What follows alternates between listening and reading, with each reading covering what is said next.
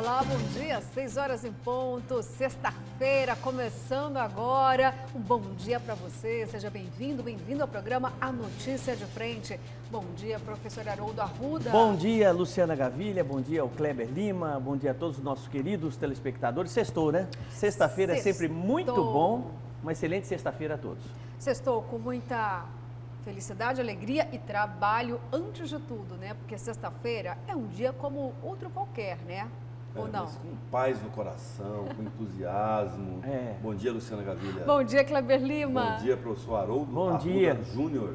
Com gratidão. E também muito bom dia a você que nos honra diariamente, segunda a sexta-feira, com a sua audiência, porque aqui você sabe que é especial, aqui você é 10. É isso aí, eu gosto muito da sexta porque dá aquele sentimento de que, graças a Deus, uma semana inteira produtiva passou, vencemos, né? Então, por isso que eu gosto muito da sexta-feira. Claro, vem o final de semana aí para nos presentear também, mas olha, uma semana toda com muito trabalho, muita informação para você, viu? Então, vamos que vamos, porque o programa está começando agora e olha, tá bombando, viu? Já vou aqui antecipar que temos inúmeras participações ao vivo. Vamos falar de saúde e educação, viu? Saúde de Cuiabá e também em relação ao governo de Mato Grosso e também essa polêmica. Será que as aulas vão começar de fato em agosto ou não?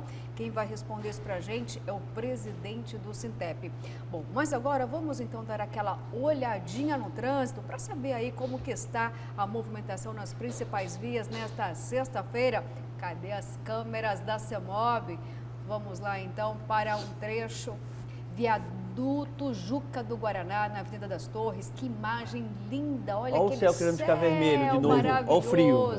É o frio chegando, eu avisei, professor, entendeu? Tá vendo? Aquele laranja lá, o fundinho, depois a parte de cima bem mais clarinho. Olha, talvez por enquanto esse final de semana seja um pouco tímido ainda, né? O friozinho, mas depois a temperatura, ó, vai despencar, professora. Mas a gente vai avisar o senhor, tá bom? Quando isso acontecer, com uma certa antecedência, tá? A gente gosta do senhor. Eu sei. Vamos lhe preparar para o friozinho. Paula Nobre. Muito tranquilo ali, muito tranquilo o trânsito ali.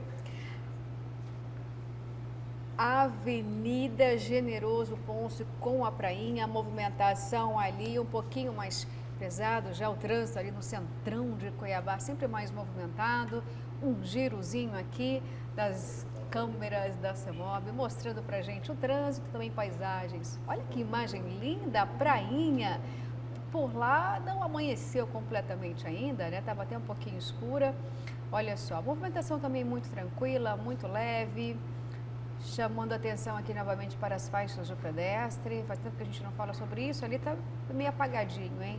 Bem na Avenida Prainha, ali é bem movimentada, é um setor comercial importante ali. Avenida Miguel Sutil, bem pertinho da Marechal Deodoro, ali no viaduto. Ontem falamos sobre as possíveis intervenções na Avenida Miguel Sutil, 3 intervenções importantes, né? Estamos aguardando ainda a finalização do processo de licitação. Avenida Palmiro Paes de Barros, ali em cima, Avenida Fernando Correia, sempre com movimentação mais pesada, mas com muita tranquilidade também, sem nenhuma obstrução, sem acidentes, graças a Deus. Tudo muito tranquilo nesta sexta-feira, ó, já anunciando que vai dar tudo certo, né? Uma sexta-feira maravilhosa aí para você concluir com louvor o seu trabalho da semana toda e aproveitar um pouquinho aí o final de semana, afinal de contas, todos nós somos filhos de Deus, merecemos um descanso. Sabe aquela rotatória do Santa Rosa? Não sei se nós temos imagens de lá. De onde, professor? Santa Rosa, aquela rotatória de Santa Rosa. Ali tem uma mancha de óleo ali. Ah, perigoso, hein? Toma muito cuidado. Ontem à noite eu passei por lá. Atenção, então você, principalmente motociclista, que passa ali pelo Santa Rosa, tem óleo na pista. Eu não sei se ainda está lá, porque foi ontem à noite, né? Tá. E aí ontem até escorregou o pneu traseiro da motocicleta. Mas enfim, está perigoso ali. Olha ali, então atenção, hein? Não sabemos ainda se já foi feita a limpeza ou não. Olha que imagem linda aí do viaduto. Amei, fazia tempo que a gente não tinha essa perspectiva do viaduto da Cefaz, dando para ver bem ao longe ali, ao longo da Avenida do CPA. Temos ali aquele céu de novo, laranjado. Está com fumaça, né? O céu está esfumaçado, né? Névoa seca. Tá. É queimada, viu?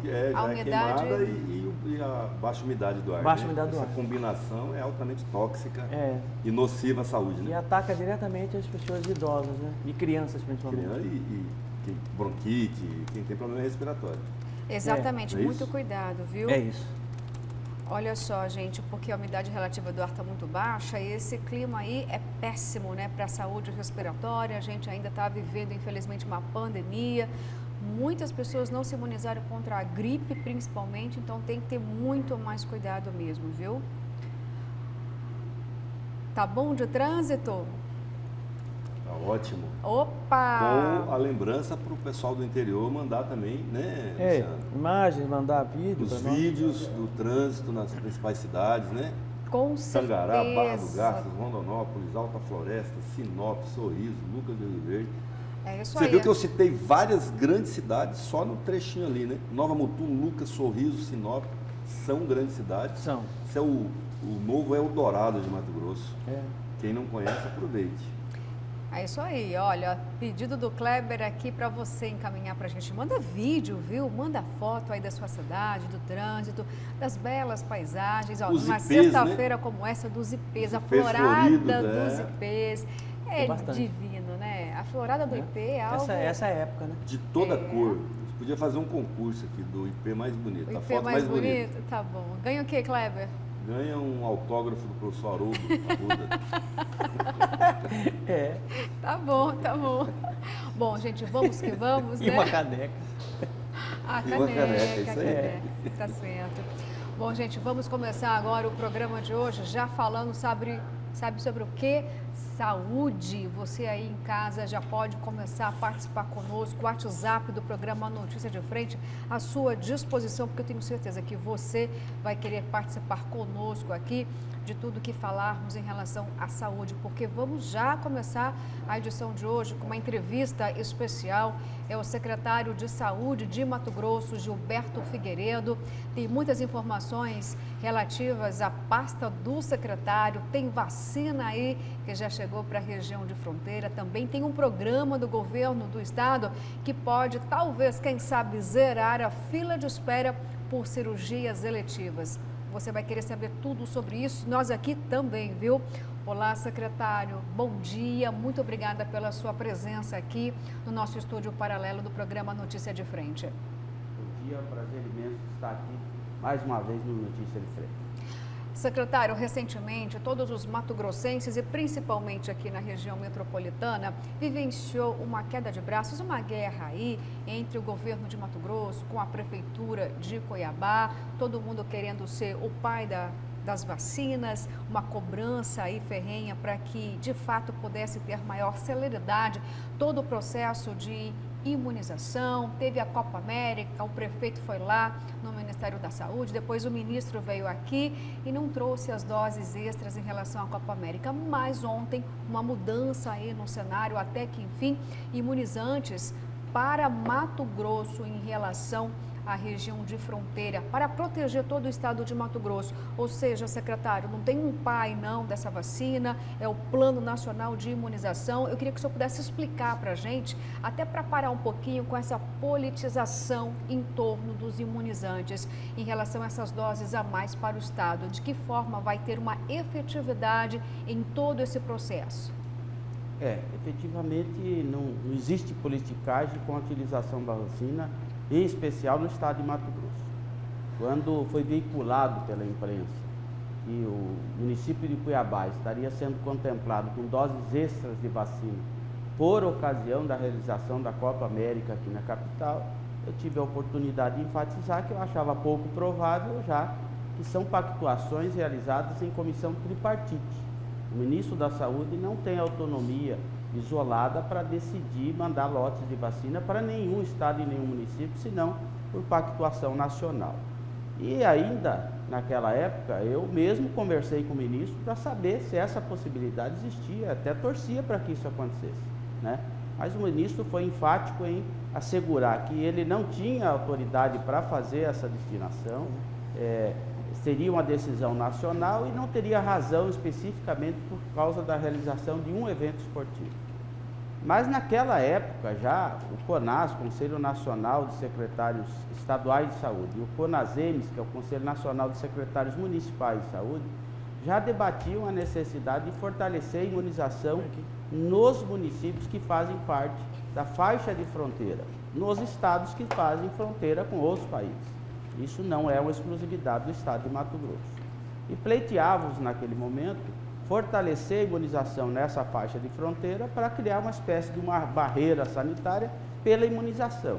Então esse debate aconteceu nacionalmente, foi discutido em comissão tripartite e nós tivemos ontem a decisão, né, foi avaliado por essa comissão que aprovou fortalecer a imunização na faixa de fronteira no Brasil inteiro e Mato Grosso nesse aspecto. Nós já tínhamos feito um amplo levantamento e o nosso levantamento foi aprovado na íntegra, vai atender 28 municípios no estado de Mato Grosso, são entre primeira e segunda dose são aproximadamente 400 mil doses. Essa região tem uma população aproximada de 200 mil habitantes e essa madrugada nós já recebemos o primeiro lote de vacina, são 101 doses, 101.899 doses que vêm para imunizar todas as pessoas que moram nessa região, na faixa etária acima dos 18 anos, o que permitirá, já com primeira dose, imunizar 54% dessa população. Professor Haroldo. Secretário, temos um problema mundial, inclusive apontado pela própria OMS, com relação à variante Delta, que já está presente em 104 países no mundo, né? Ontem nós recebemos a notícia de que ela está presente em São Paulo, numa transmissão já comunitária, ou seja, a gente não sabe onde ela está, né? Existem indícios da presença dela, inclusive no Paraná, Rio de Janeiro, Minas Gerais. Com relação ao Mato Grosso, existe alguma medida de barreira sanitária, alguma preocupação, alguma ação do governo já preocupado nesse sentido, de tentar bloquear algum tipo de ação junto aos aeroportos, por exemplo, rodoviárias, com relação a essa variante Delta que preocupa? Infelizmente, a nível nacional, eu concordo com você, não existe uma preocupação intensa com isso. O bloqueio sanitário nos aeroportos cabe à Anvisa, né, que a responsabilidade é da Anvisa para implementar essas ações. Eu até tentei, no início dessa pandemia, adotar no aeroporto Marechal Rondon algumas atividades, mas a Anvisa chamou a responsabilidade para isso e lá é um território que não dá para que o governo do estado possa fazer nenhuma ação. Ainda não há registro dessa variante no estado de Mato Grosso, torcemos para que isso não aconteça. Até o prezado momento, um único registro isolado é de uma variante que foi identificada como a delegação da Colômbia, quando esteve aqui no estado de Mato Grosso, mas também não há ainda registro que esse cidadão tenha contaminado alguém. Então é um único registro oficial de uma variante que não é tão letal, né? Ela não está dentro dessas variantes que tem mais possibilidades de infecção, como é a variante Delta, porém ela não é mais letal que as demais, mas ela já está comprovado que ela tem uma capacidade de infecção bem maior do que o vírus original. Secretário, bom dia.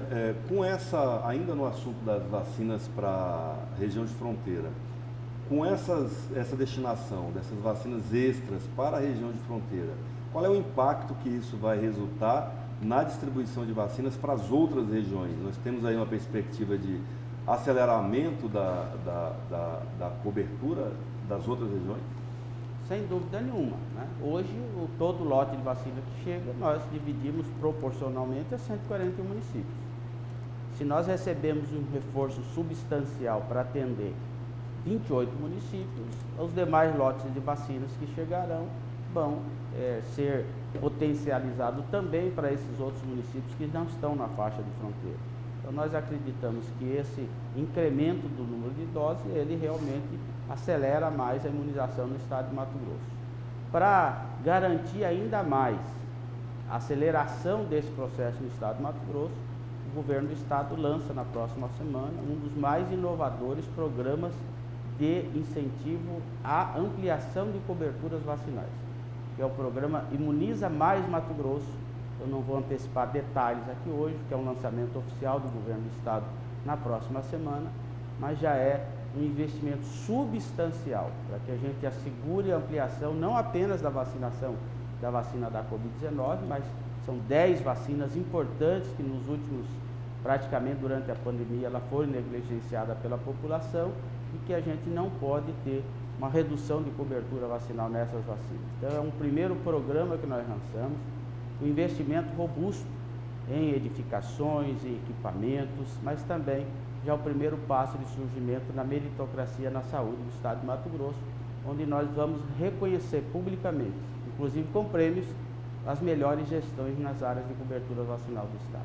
Bom, secretário, fico pensando, será a chegada da Sputnik, houve a liberação de compra, fico pensando aqui quais são as alternativas encontradas pelo governo para poder, de fato, trazer essa maior cobertura vacinal. Se eu puder adiantar algo aqui, seria importante, porque a população, é um furo, né? Secretário... Já que é um furo, cobra, vamos... Exatamente, a sociedade cobra, não é nem para satisfazer aqui o desejo da bancada, mas sim de toda a sociedade, porque todos os dias nós recebemos inúmeras mensagens de pessoas implorando, olha, eu tenho 50 anos, 45, não consegui imunizante, tem jovem de 18, uma outra questão também que eu queria até abordar com o senhor, que o senhor está dizendo aí em relação a ampliar a imunização, mas o governo não gostou muito não quando alguns municípios de Cuiabá ampliou aí a imunização para todas as faixas etárias. Então seria um momento muito importante, secretário, para que o senhor possa antecipar que plano é esse, para que as pessoas possam ter maior tranquilidade, até porque tem uma delta aí no Rio de Janeiro, em São Paulo,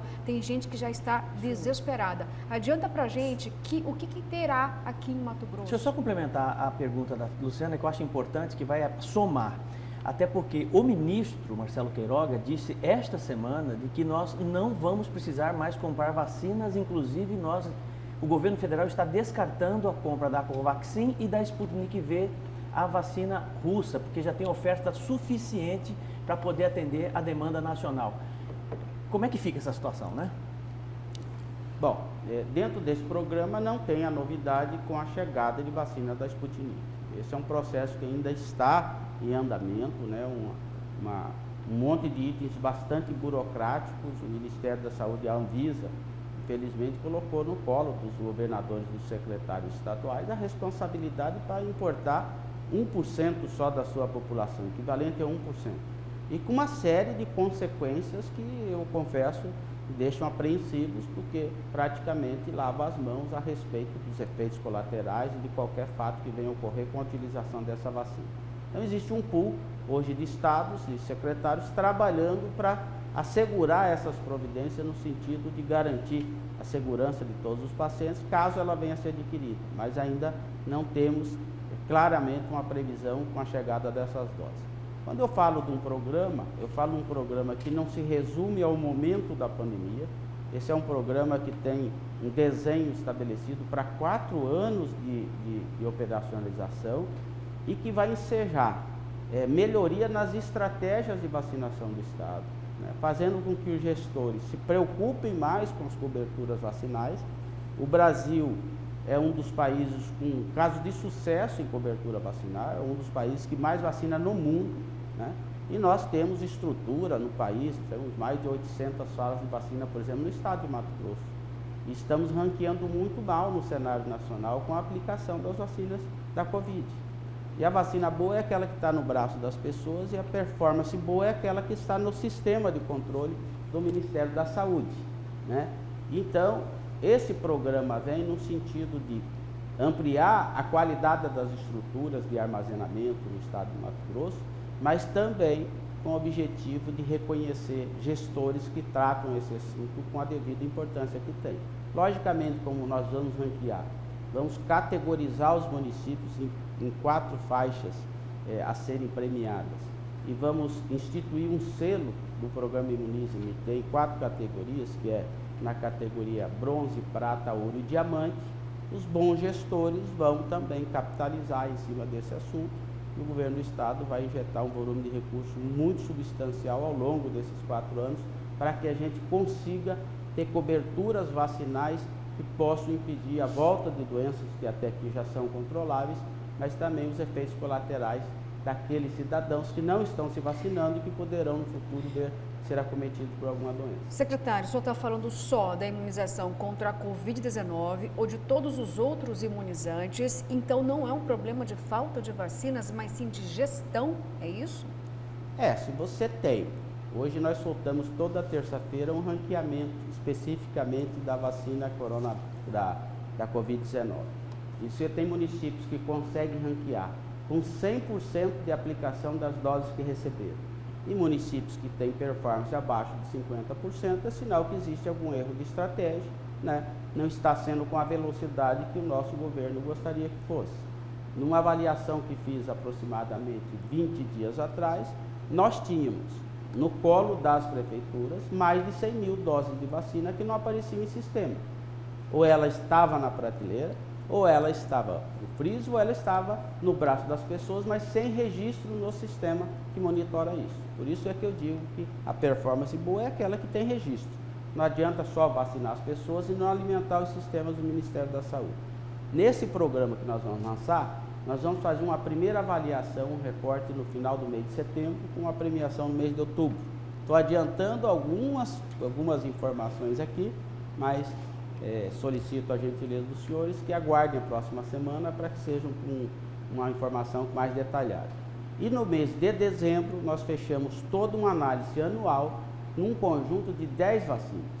E aí sim nós vamos ranquear os municípios, avaliar cada performance, mas no mês de setembro a avaliação é da vacina da Covid e da influenza. E depois, no final do ano, um conjunto de 10 vacinas para que os municípios, conhecendo a regra do jogo, possam acelerar e adotar estratégias de vacinação que não sejam exatamente iguais às que estão hoje aí, né? Dia D, parece uma pirotecnia com a vacina para um estado que tem 800 salas de vacina, que poderia estar atendendo as pessoas no seu bairro, próximo da casa, e hoje nós temos aí uma certa dificuldade. Além das questões que afastaram as pessoas das vacinas, né? O negacionismo, uma campanha contra as vacinas, que fazem com que as pessoas hoje ou não tomem a vacina, ou escolham marca de vacina. E a pergunta que eu quero deixar a você, telespectador: qual a marca da vacina que você tomou quando tomou a vacina tríplice, a vacina do sarampo? Você sabe a marca? Você nunca se preocupou com a marca das vacinas que trouxeram você da infância até aqui. Agora, nesse caso, exatamente, você está sendo influenciado pela marca de vacina. E a maioria das vacinas que são utilizadas no Brasil há décadas são fabricadas no Instituto Butantan e na Fiocruz. Então não há que se questionar a qualidade de vacina da Covid nesse momento. A diferença entre a vida e a morte pode ser algumas horas da sua decisão. Por isso, não escolha a vacina, procure o posto de vacina assim que a sua dose estiver reservada, não perca tempo. Secretário, essa vacina da Janssen que nós recebemos no Brasil, ela foi uma vacina comprada ou foi doada pelos Estados Unidos? Ponto 1. Ponto 2, não é um tanto estranho nós recebemos no Brasil 3 milhões de doses de vacina, não sei se foram compradas ou se foram doadas, né? E na sequência, até então não se tinha nenhuma notificação por parte do FDA americano, Food and Drugs americano, muito menos do CDC, que é o Centro de Controle de Doenças americano, com relação a efeitos colaterais graves com relação a essa dose única da Janssen. E aí nós recebemos, começamos a aplicar, o Food and Drugs americano notifica dizendo o seguinte: olha, está dando efeito colateral da doença de Guillain-Barré, uma doença autoimune, parará. Não é um tanto esquisito tudo isso, considerando que os Estados Unidos já vacinou praticamente quase toda a sua população com vacina Pfizer e Janssen, só agora anunciar esse tipo de efeito colateral? Olha, professor Haroldo, eu reputo isso a uma guerra industrial, comercial, né? Já teve anúncios de efeitos colaterais da Coronavac, da AstraZeneca, no caso das gestantes, agora surge esse boato. E todo evento adverso, quando é aplicada uma vacina, seja ela da Covid ou qual for, abre-se um processo investigatório. Por precaução, quando há evidência, se paralisa a utilização da aplicação daquela vacina naquele público específico onde o caso possa ter ocorrido, e depois dessa investigação volta ao normal.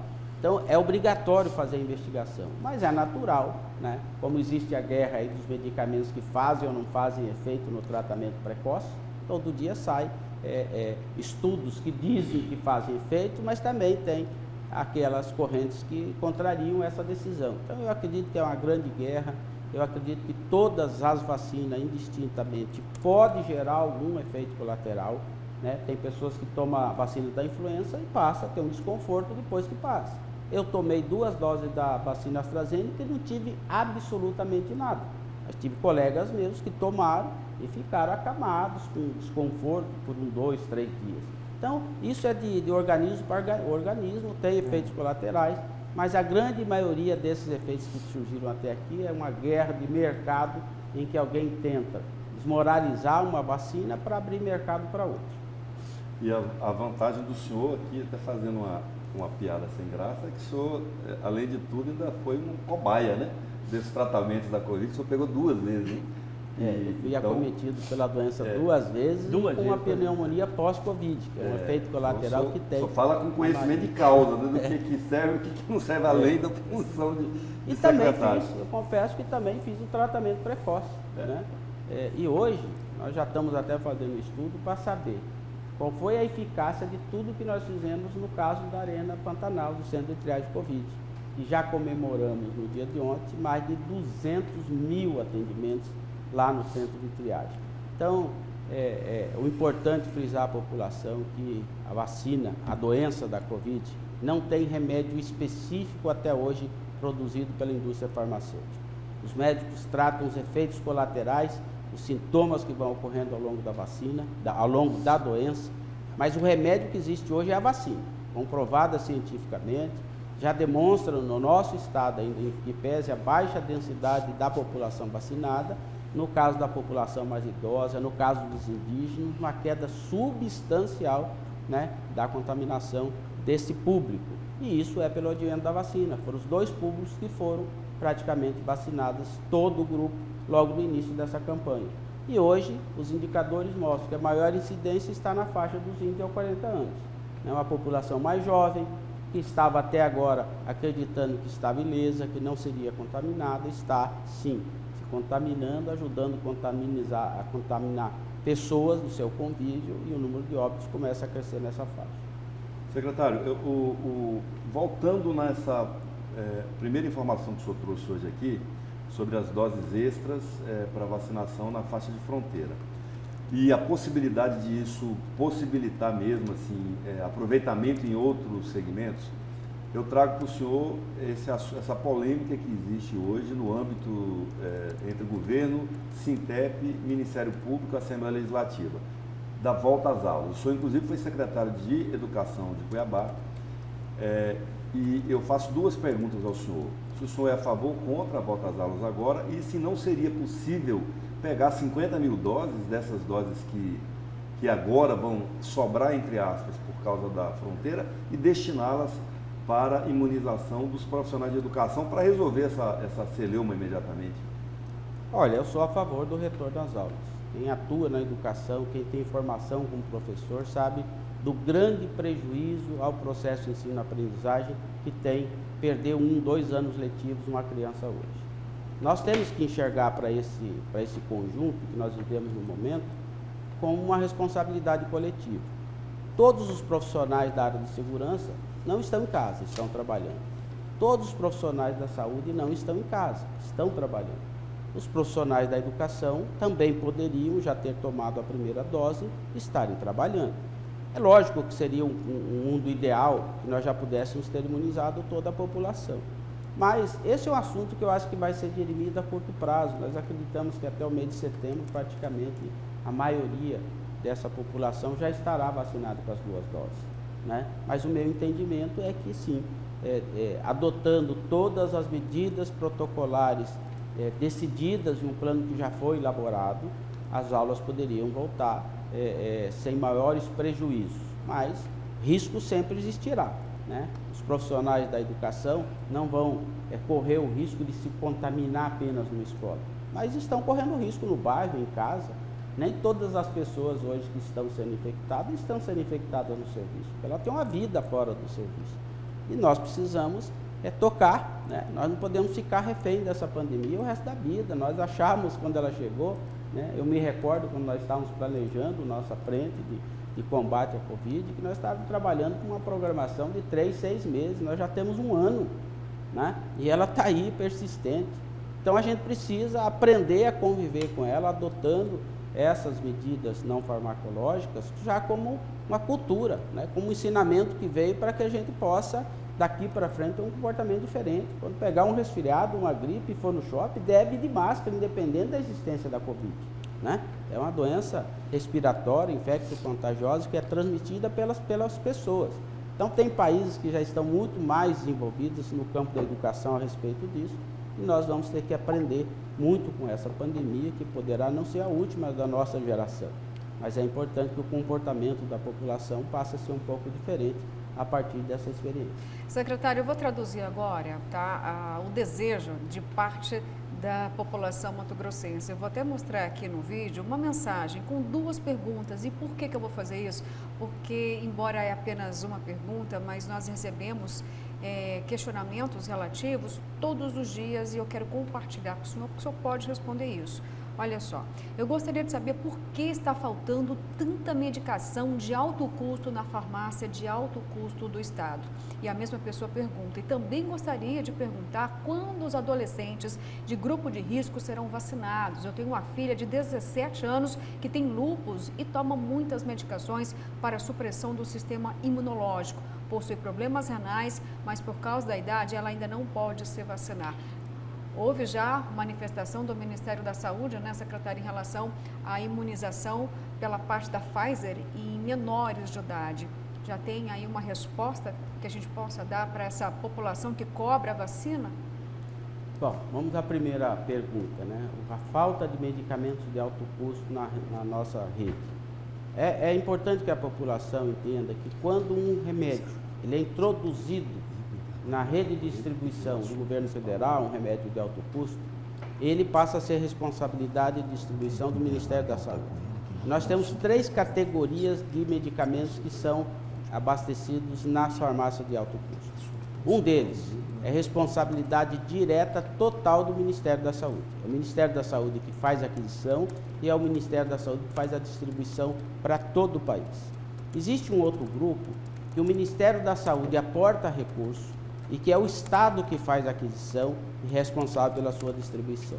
E existe um outro grupo que é exclusividade do Estado, é o Estado que compra, que paga, não tem financiamento do Ministério da Saúde. Os medicamentos que estão em falta são medicamentos que são adquiridos e distribuídos pelo Ministério da Saúde. E aí a gente tem que, infelizmente, admitir que existe uma fragilidade desde o final da gestão passada e do início dessa gestão do Ministério da Saúde, que tem encontrado dificuldades para realizar as licitações e fazer as aquisições. Existe uma crise de fornecimento no mundo, na maioria dos medicamentos. Os insumos que são produzidos na indústria farmacêutica também sofreram uma certa queda substancial na sua produção por causa da pandemia. E isso trouxe efeitos colaterais em todas as áreas. E o Ministério da Saúde tem sim encontrado dificuldade, ao ponto que o governo de Mato Grosso, para não deixar faltar mais em alguns medicamentos que são muito estratégicos, nós resolvemos fazer a aquisição independentemente de aguardar o envio do Ministério da Saúde. E é um investimento substancial que nós temos na área de farmácia de alto custo. Mas eu tenho que admitir que, independentemente da minha vontade, existe um atraso substancial e uma série de medicamentos que devem ser adquiridos pelo Ministério da Saúde e acabam faltando nesse momento no país todo. Agora... O segundo caso da vacina, para quem tem algumas comorbidades. É importante frisar que todos os lotes de vacina que chegam ao estado de Mato Grosso, eles têm junto no seu conjunto uma nota explicativa, uma nota técnica do Ministério da Saúde, a quem é destinada aquelas doses. E nós aqui no estado de Mato Grosso editamos uma resolução de CIB, que é uma comissão intergestora bipartite que define as regras da distribuição dentro do estado. Essa é uma comissão que tem 32 componentes, 16 deles representam o governo do estado, 16 representam secretarias municipais de saúde e eu presido essa comissão no estado. Então, nenhuma dose de vacina, absolutamente nenhuma dose de vacina é destinada sem que esteja pactuado numa resolução. E existe por parte dos municípios muita dificuldade, às vezes, de interpretar aquilo que está óbvio. Então, eu tenho visto municípios que não estão vacinando um determinado público, que chegou numa conclusão que aquele cidadão não tem direito. Eu tenho certeza absoluta que muitos desses casos têm direito, já deviam ser vacinados, mas aí trata da qualidade de algumas gestões que não conseguem fazer interpretação e de outros que aplicam e utilizam a vacina em outros públicos que sequer poderia nesse momento estar aplicando, né? Nós temos um plano nacional, que é lei aprovada para o país. Nós temos um único provedor de vacina nesse momento, que é o Ministério da Saúde, ao qual nós estamos subordinados a cumprir o plano. Então, ontem eu fui interpelado pela imprensa dizendo: vocês vão antecipar a aplicação da segunda dose da AstraZeneca no estado de Mato Grosso? Eu falei: não. Por quê? Porque o gestor principal disse que não. O farmacêutico que desenvolveu e colocou na bula o prazo para aplicação da segunda dose, diz que não. A Fiocruz, que é o fabricante, diz que não. Por que eu aqui no estado vou puxar a responsabilidade para tomar uma decisão que contraria todas as indicações? A antecipação em 10 dias da aplicação da segunda dose da AstraZeneca pode ter uma perda de 10% da sua eficácia. Será eu, secretário aqui no estado de Mato Grosso, que vai assumir a responsabilidade por isso? Eu acho que cada gestor tem um certo arbítrio daquele risco que quer correr. Tem alguns estados fazendo isso, nós não vamos fazer. As vacinas de segunda dose, já há algum tempo, a gente tem segurado para não mandar para o município, para que o município não se perca com o estoque, como houve no início dessa campanha, né? Teve municípios que utilizaram a segunda dose, ampliaram a aplicação na primeira e depois muitos cidadãos, eu conheço vários aqui, que chegou no momento de tomar a vacina, não tinha a segunda dose dele, que foi utilizada para aplicação com a primeira dose. Então agora nós estamos caminhando a segunda dose muito mais próximo do período que ela deve ser aplicada. E a indústria farmacêutica garante que a eficácia, a melhor cobertura é aquela mais próxima possível do prazo que foi estipulado, que é o prazo de 12 semanas. Daqui já, eu acho que no mês de agosto, praticamente já quase todos que tomaram a primeira dose vão estar tomando a segunda dose. Nós já começamos essa semana com a logística de encaminhamento da segunda dose para todos os municípios. Secretário, olha só, os nossos telespectadores não querem que o senhor vá embora do programa, não, porque tem muitas perguntas ainda, muitos questionamentos importantes, exatamente. Olha só, então eu vou chamar um rápido intervalo, daqui a pouquinho nós voltamos com mais a entrevista com o secretário de Saúde de Mato Grosso, Gilberto Figueiredo. Fique aí, hein?